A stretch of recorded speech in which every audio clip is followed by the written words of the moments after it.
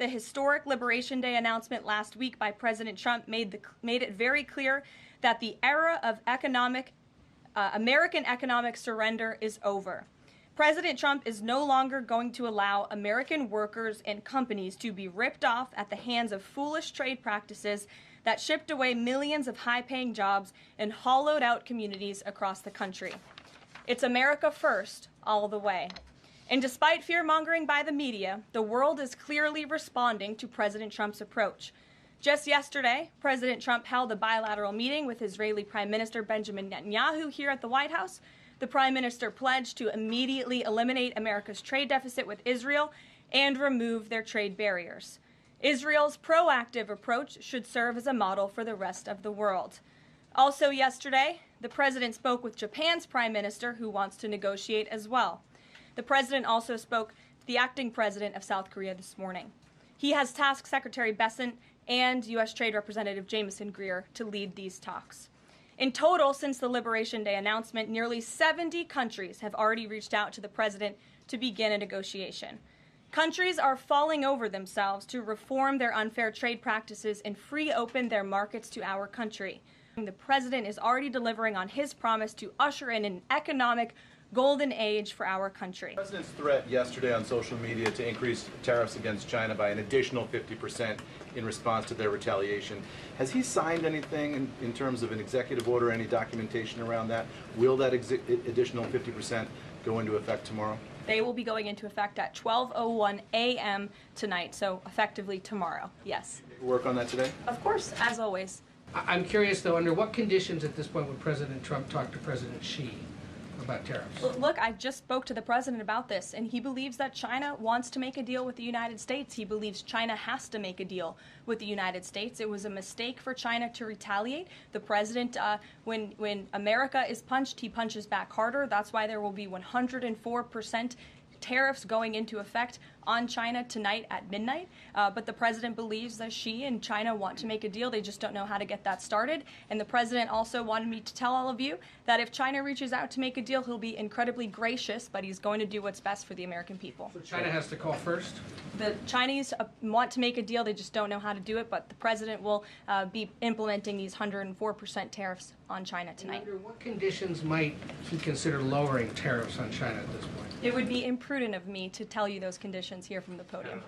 So was the evolution not factored in or determined by kind of the tumult in the stock market? Was that not a part of the consideration to start making these negotiations and deals? Again, I would reject that there was an evolution. On day one, we had said that the President will always pick up the phone for other nations and other companies that call this administration. The President always has a listening ear, and it's a non-negotiable fact that America has faced a national security and economic crisis for many decades, and President Trump is just the first to address this. And then yesterday, Goldman Sachs put out a research note. It put the odds of a recession at 45% within the next 12 months, up from 35%. But Peter Navarro guaranteed last night no recession.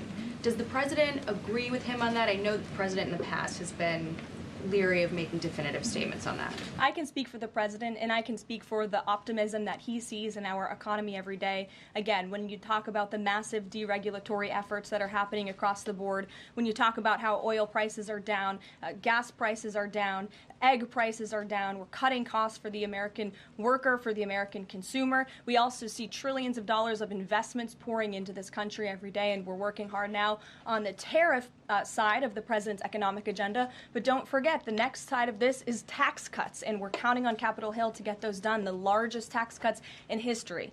Does that mean that without those tax cuts coming through, that the likelihood of a recession is greater? No, that's not what I said. I'm just saying be mindful of the whole of government economic approach that this administration is taking every day. You just said that one of the reasons these tariffs are going into effect is that some countries have been ripping off the United States, but some of the tariffs target countries like Madagascar, Bangladesh, with very high levels of poverty. So can you explain how the President wants to correct the deficit with those countries? Is there a plan, for example, to onshore the textile industry that these countries are known because, and, you know, just like, can you be specific about those like low-income Sure. countries? Well, first of all, the reciprocal tariff rates that were implemented by country were focused on the monetary tariff that those countries have imposed on the United States, but also the non-monetary tariff barriers and the regulations, if you will, that have been put into effect over the years, making it harder for America to export to these countries. These were very carefully crafted numbers. There was also a 10%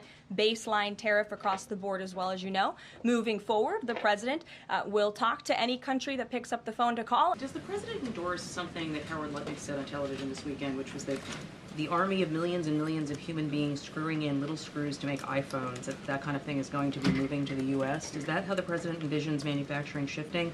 And if so, how long would that take, roughly? The president wants to increase manufacturing jobs here in the United States of America, but he's also looking at advanced technologies. He's also looking at AI and emerging fields that are growing around the world that the United States needs to be a leader in as well. So there's an array of diverse jobs, more traditional manufacturing jobs, as you discussed, but also jobs in advanced technologies. The president is looking at all of those. He wants them to come back home. But iPhones specifically, is that something that he thinks is the kind of technology that can move to the U.S.? Absolutely. He believes we have the labor, we have the workforce, we have the resources to do it. And as you know, Apple has invested $500 billion here in the United States. So if Apple didn't think the United States could do it, they probably wouldn't have put up that big chunk of change. Kevin Hassett said today that the administration is prioritizing talks with Japan and South Korea, other trading partners. Are there other countries on that list that you guys can name publicly that you're having serious discussions with? Sure. As you have heard from various administration officials, myself included, there have been nearly 70 countries that have reached out to the administration last time I checked, but again, I hear the phones are ringing off the hook. There are foreign leaders who want to fly to Washington tonight and get on a plane to negotiate with this country, which shows you the leverage that the president is using. It shows you the rest of the world needs the United States of America to do business with. Israel, obviously, yesterday you heard a public statement from Prime Minister Netanyahu. The president has detailed his calls with the leaders of Japan, in South Korea. We are going to prioritize our allies and our partners around the world first when it comes to these negotiations, and the trade team will be divvying them up again to make tailor-made trade deals around the world. First, as a part of these negotiations, is it possible for countries to lower their tariffs below that 10% a bare minimum that's been set? Again, I'll leave that to the president to make those determinations, but I can tell you that 10% universal baseline will go into effect as these negotiations are ongoing. Got it. And then what is your thinking just as far as low labor cost countries? Like if you've got a country like Vietnam that wants to negotiate, but obviously they have some advantages in terms of trade, in terms of the people there are not paid as much as American citizens.